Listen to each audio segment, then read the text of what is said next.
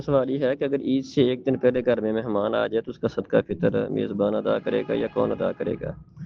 صدقہ فطر اس نے ادا کرنا ہوتا ہے جو گھر کا ذمہ دار ہو، اس نے اپنے ذمہ داری کے اندر جو اس کی متحدی میں لوگ آتے ہیں، جن کا وہ نگران ہے، ذمہ دار ہے، ان کا صدقہ فطر ادا کرنا ہوتا ہے۔ تو گھر میں جو مہمان آ جائے اس کی ذمہ داری میزبان پر نہیں ہوتی ہے، جو اس کا سرپرست ہے یا اگر وہ خود سرپرست ہے تو اپنا صدقہ فطر خود ادا کرے گا، اور اگر اس کا کوئی اور سرپرست موجود ہے تو اس کا صدقہ فطر اس کا سرپرست ادا کرے گا۔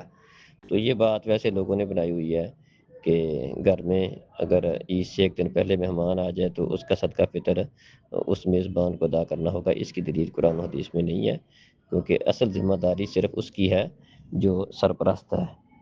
اسی چیز کا حکم نبی مکرم صلی اللہ علیہ وسلم نے دیا تھا کہ ہمیں حکم دیا تھا کہ ہم صدقہ فطر چھوٹے بڑے سب کی طرف سے نکالیں، تو جو ذمہ دار ہے وہ صدقہ فطر نکالے گا۔